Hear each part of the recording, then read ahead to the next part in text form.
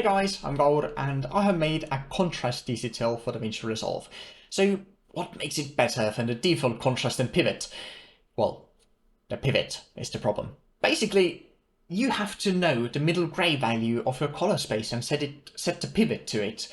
And unless you like spreadsheets, then it's quite tedious, let's be honest, if you even know the values at all. So this DCTL tries to fix that, where you can just select a color space from a drop-down and start working, where the DCTL automatically takes care of setting the pivot point to your middle gray.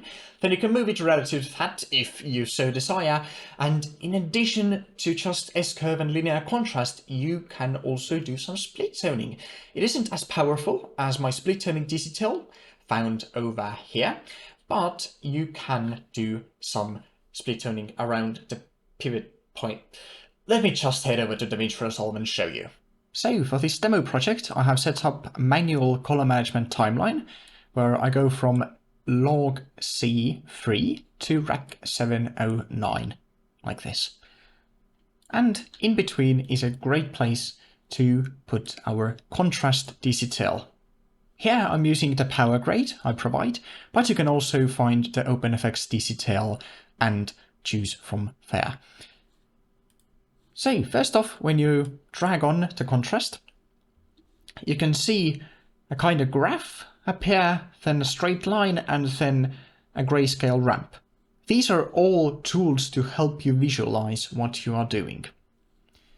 So first off, you should choose your middle gray as a color space.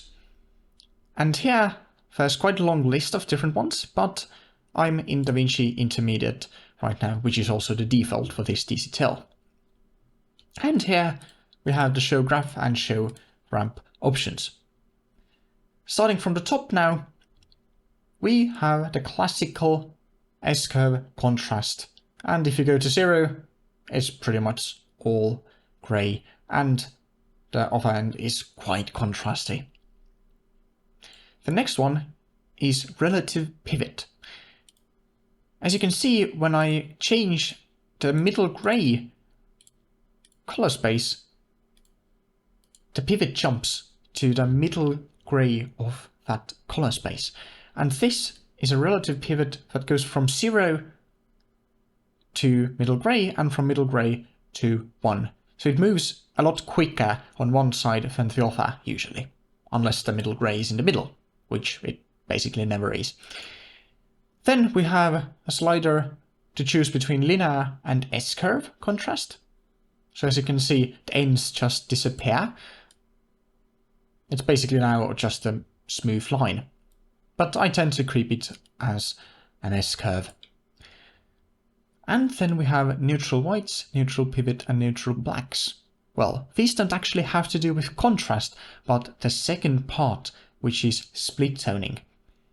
Here you can do some split toning on top or after the pivot point and underneath the pivot point.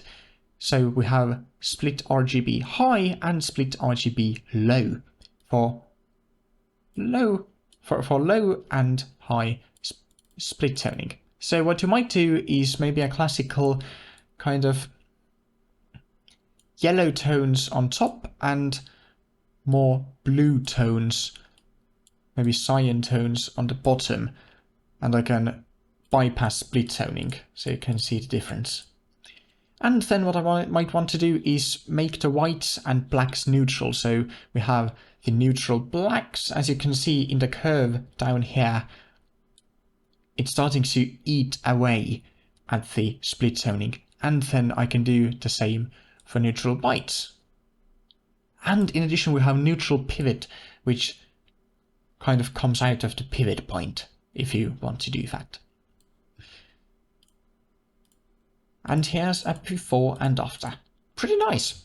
So that's about it from me. If you like what you saw, you can buy it from this link in the doobly-doo, and see you in the next one.